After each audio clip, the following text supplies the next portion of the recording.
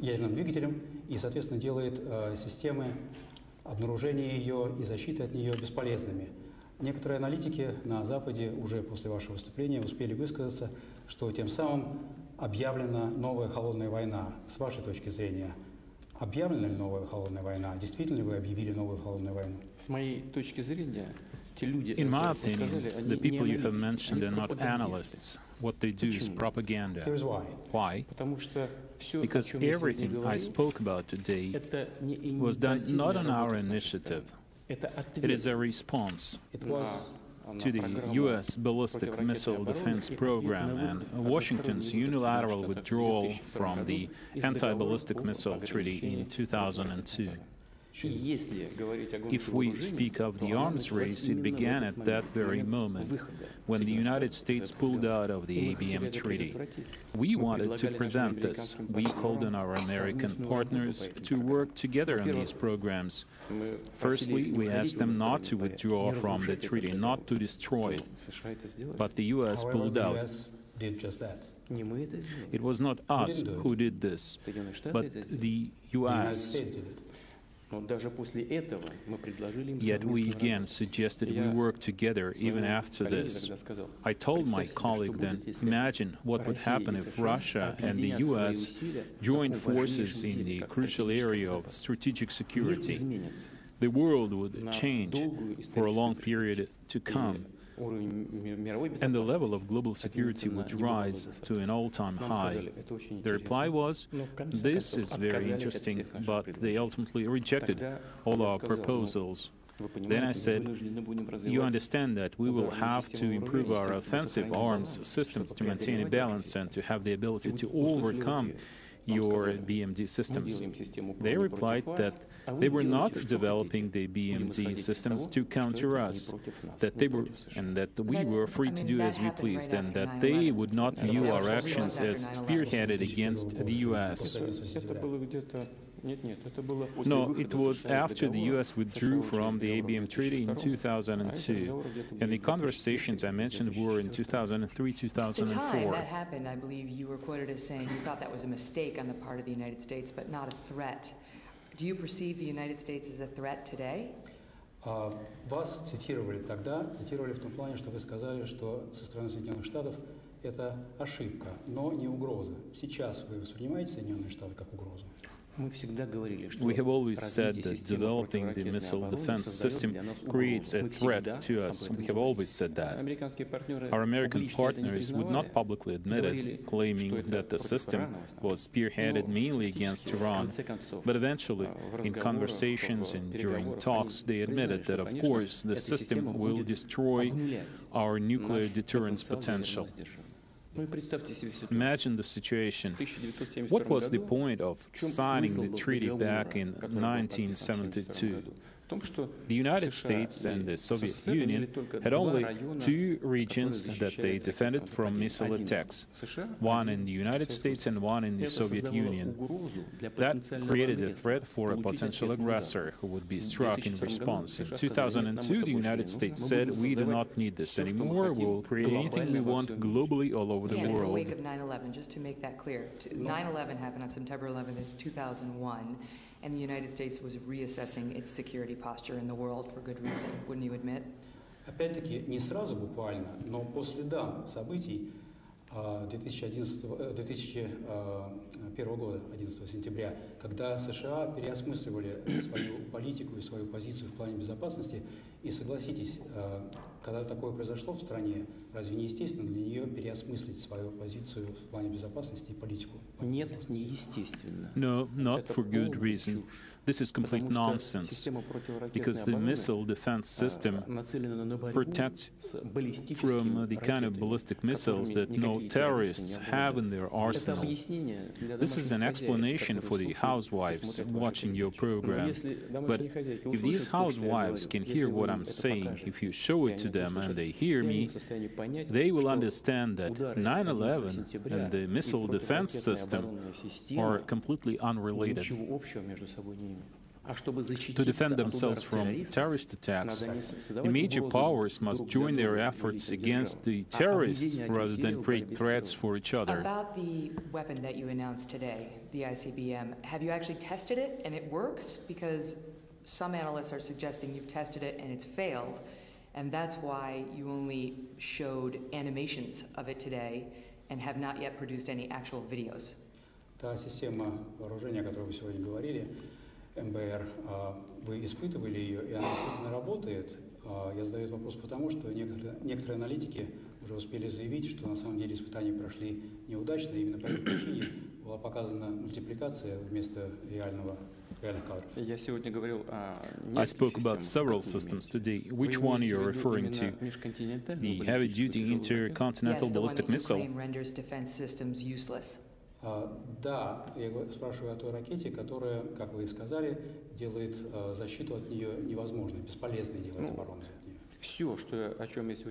All the systems I mentioned today easily overcome missile defense. Each one of them. This is the point of all these developments. Of this R&D. Но испытания были.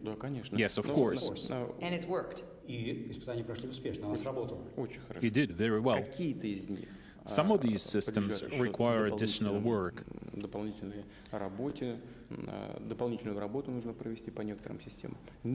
Some of them are already deployed. Some are in serial production.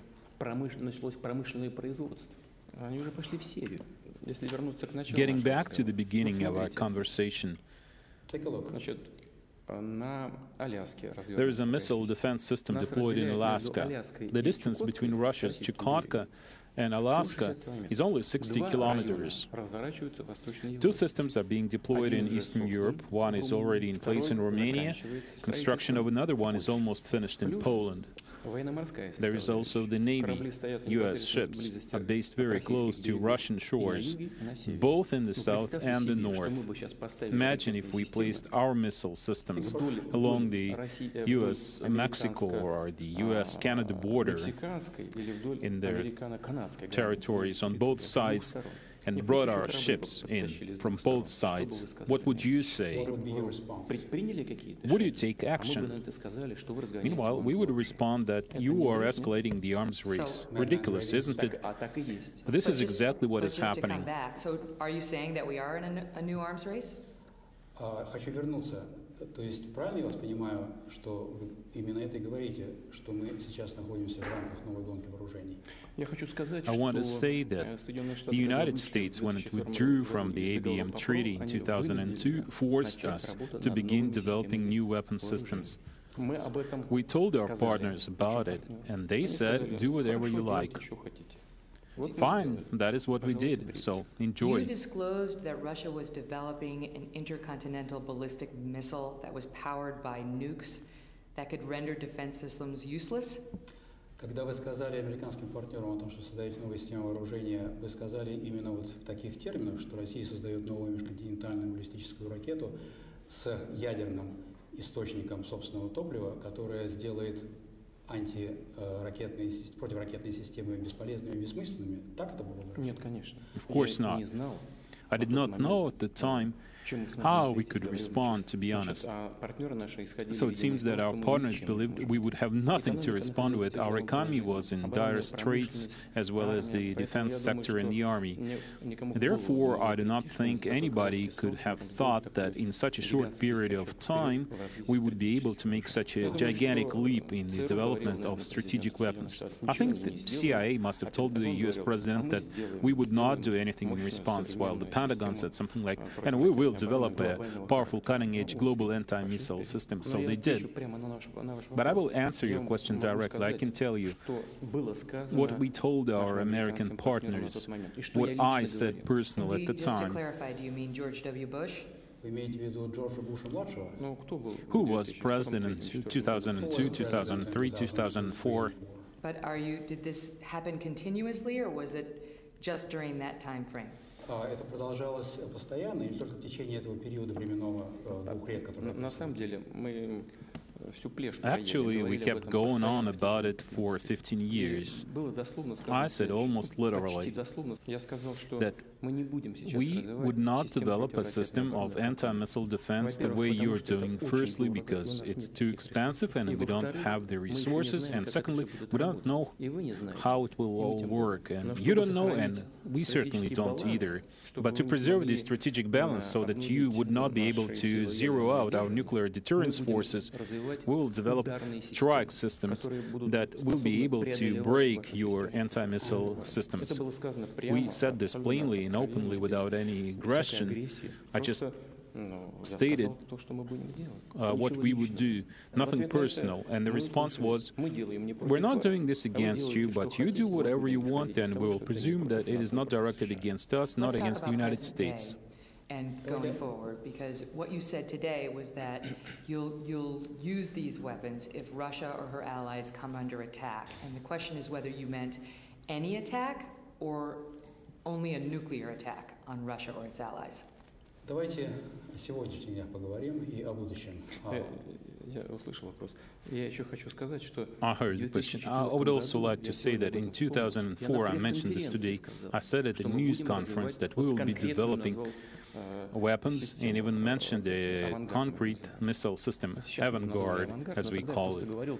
It is called Avangard now, and then I simply spoke of it, how it would work. I openly said how it would work. We hope that this would be heard and the U.S. would discuss it with us and discuss cooperation. But no, it was as if they had not heard us. Strategic offensive arms reduction and an anti-missile defense system are different things. We will be reducing the number of delivery vehicles and warheads under the New START treaty. This means that the numbers will be reduced on both sides, but at the same time, one party, the United States, will be developing anti-missile systems. This will ultimately lead to a situation where all our nuclear missiles, Russia's entire nuclear potential, will be reduced to zero. This is why we have always linked this. This is how it was in the Soviet-American times. These are natural things. Everyone understands this. Получается ли так, правильно я вас понимаю, что те 4000 ядерных единиц вооружений, которыми Россия располагает на данный момент, не могут преодолеть противоракетные системы США на данный момент? They can. Today they can. But you are developing your anti-missile systems.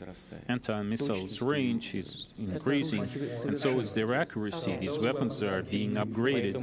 This is why we need to respond to this appropriately, so that we are able to penetrate the system not only today, but also tomorrow when you acquire new weapons. That's why it would be a big deal if you really did have a nuclear-powered ICBM, which people are questioning whether you have a usable one right now. And when you said earlier that you have some that have tested positively and excellent, you said others have not. So for the record, right now, do you have a workable ICBM that's powered by nukes that you've tested successfully? Я понимаю, и именно поэтому наличие у России межконтинентальной баллистической ракеты с ядерным двигателем действительно в корне меняло бы ситуацию и было бы мощным фактором. Вы сказали о том, что некоторые испытания прошли отлично, дали очень хорошие результаты. Другие не совсем, над ними еще надо работать. Я вопрос, если позволите, поставлю таким образом. Есть ли на данный момент у России рабочий и работающий вариант МБР с ядерным двигателем? Look, I did not say that the testing of some of these systems had been unsuccessful. All the tests were successful. It's just that each of these weapon systems is in a different stage of readiness. One is already on alert duty in line units. Another one is in the same status. The work is proceeding on schedule with regard to some systems. We have no doubt that they will be in service, just as we had no doubt in 2004 that we would make a missile with the so-called cruise glide re-entry vehicle. You have been referring all the time to intercontinental ballistic missiles, new missiles. Вы говорите об МБР все время? No. I'm saying that we are developing just one brand of new heavy missile, which will replace a missile that we call Voyevoda, and you've dubbed it Satan. we will replace it with a new and more powerful missile. Here it is, a ballistic missile. All the other missiles are not ballistic. Therein lies the entire meaning of this, because any anti-missile defense system operates against ballistic missiles, and we have created a set of new strategic weapons that do not follow ballistic trajectories, and the anti-missile defense systems are powerless against them. This means that the U.S. taxpayers' money has been wasted. But again, you say that you're going to use these weapons, these nuclear-powered weapons, if Russia or its allies come under attack. Any attack or only a nuclear one? Хочу вернуться к вопросу, который начала задавать. Вы сказали, что Россия использует эти системы против, в случае, если будет совершено нападение на Россию или на ее союзников и союзниц, нападение ядерное или любое? У нас There are two reasons why we would respond with our nuclear deterrence forces: a nuclear attack on the Russian Federation or a conventional attack on the Russian Federation, given that it jeopardizes the state's existence. That's consistent with the existing Russian doctrine on use of nuclear weapons. Это соответствует нынешней действующей российской доктрине об использовании ядерного оружия. Exactly. There are two possible reasons for a nuclear retaliation. Are you interested in new talks to extend the new strategic arms control treaty? Россия заинтересована, вы заинтересованы в том, чтобы провести новые переговоры о новом договоре о сокращении стратегических наступательных вооружений. The START III treaty will expire soon. We are ready to continue this dialogue. What do we consider important? We agree to a reduction or to retaining current terms, to a reduction in delivery vehicles and warheads. However, today, when we are acquiring weapons that can easily breach all anti-ballistic missile systems, we no longer consider the reduction of ballistic missiles and warheads to be highly critical. So would these weapons be part of those discussions? Эти новые системы, о которых вы говорили, они бы стали частью новых переговоров о сокращении стратегических вооружений? In the context that the number of delivery vehicles and the number of warheads they can or will carry should of course be included in the grand total. And we will show you from a distance what this will look like. Our military experts know how to conduct these inspections. In this sense, there are fine-tuned mechanisms and a sufficiently high level of trust. Generally, military experts are working together professionally. Politicians talk a lot, but military experts know what they're doing. You're a politician. Вы же политик. I'm also an officer. I'm the commander-in-chief. And I also served as a military intelligence officer for 17 years. Are you proud of years. that fact? Do you like the fact that you were in the KGB? Like people to know that? Вам импонирует, как вам импонирует лично тот факт, что вы работаете в КГБ, так и то, что это общеизвестный факт, и то, что об этом знают люди. То есть у вас это вызывает положительные эмоции? I do not see it from an emotional perspective. This gave me a lot of experience in the most diverse fields. I found it useful when I moved on to the civilian sector. Of course, this positive experience helped me in this sense. How did it help? Каким образом вам помогало? You know, after I left the intelligence service, I worked as assistant director at St. Petersburg University. I worked with people, established contacts, motivated people to act, and brought them together. This is very important in the academic environment. Later, I was deputy mayor of St. Petersburg. I assumed even greater and broader responsibility. I dealt with St. Petersburg's international ties, and that is a metropolis with a population of 5 million people. While working in this capacity in St. Petersburg, I first met Henry Kissinger. Of course, all this helped me in my work at the time, and my additional experience later helped me in my work in Moscow. Do you think it gives you an advantage over your adversaries and your allies? Как вы думаете, дает это вам преимущество, вам лично, над вашими как союзниками, так и соперниками, противниками, этот опыт? It's hard for me to say. I have no other experience. The only thing I know is that my partners, including heads of state and government, are exceptional and outstanding people. They have gone through stringent selection and elimination procedures. There are no chance people at this level, and each of them has his or her own advantages. What about that? Because you've been in power for a long time here in Russia, poised to go into another term as president. You've had 4 American presidents come and go during that time. I'm wondering if you had a favorite, if there's one you liked more than the others. Такой вопрос. Вы уже долго находитесь во власти в России. На вашем веку уже сменилось 4 американских президента. И вопрос у меня такой. Кого ли вы из них вы предпочитаете остальным? I'm sorry, but this is not a very tactful question. Each of my partners is good in their own right.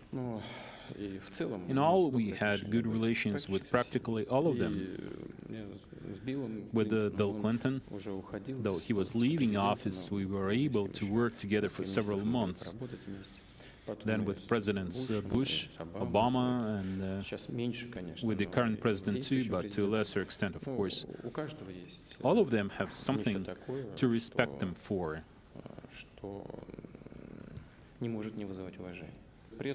At the same time, we can argue and disagree with each other, and it happens often. We have diverging views on many issues, even on key ones, but we nevertheless manage to maintain normal human relations. If it were not for that, it would have been not only harder, but much worse for everyone. How important do you think it is to project strength as a president? Как вы думаете, насколько важно, будучи президентом, создавать впечатление силы, проецировать силу? It is important not to project strength, but to show it. It's also important how we understand power. It doesn't mean banging the table with a fist or yelling. I think power has several dimensions. Firstly, one should be confident that he is doing the right thing. Secondly, he must be ready to go all the way to achieve the goals.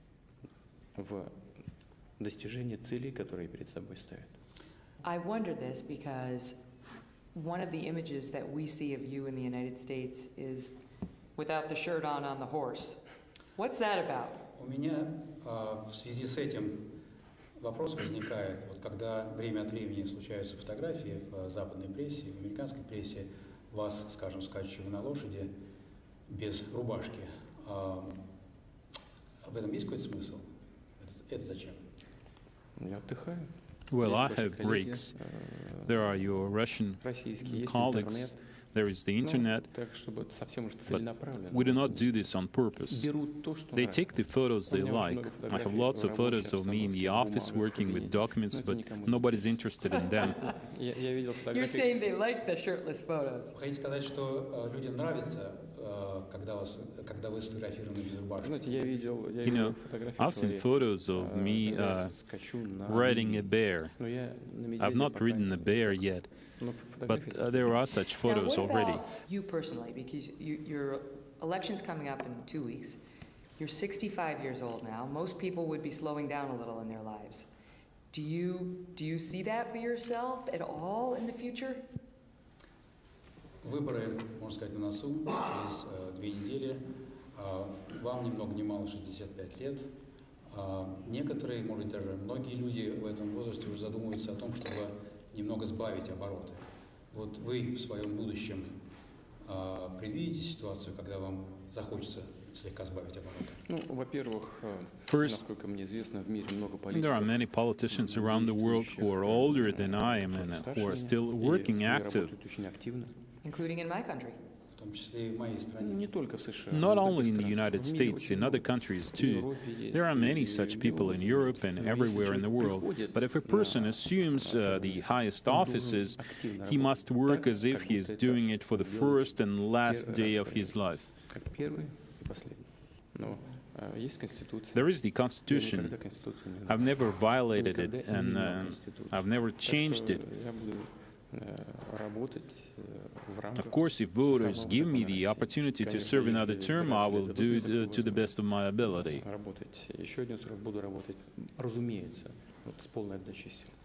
Last question for tonight, because it's late. Последний, поскольку уже поздно вопрос на сегодня. What, and forgive me, this may be a long one, but what do you see as your greatest accomplishment as president? And what do you see as your biggest mistake? And what did you learn from it? Извините, если ответ на него будет, возможно, долгим, но звучит вопрос таким образом.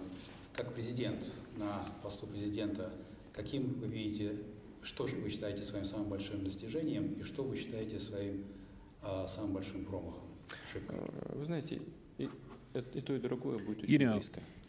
these would be very close. Our biggest achievement is that our economy has changed radically. It's almost doubled in scale. The number of people living below the poverty line has decreased by half.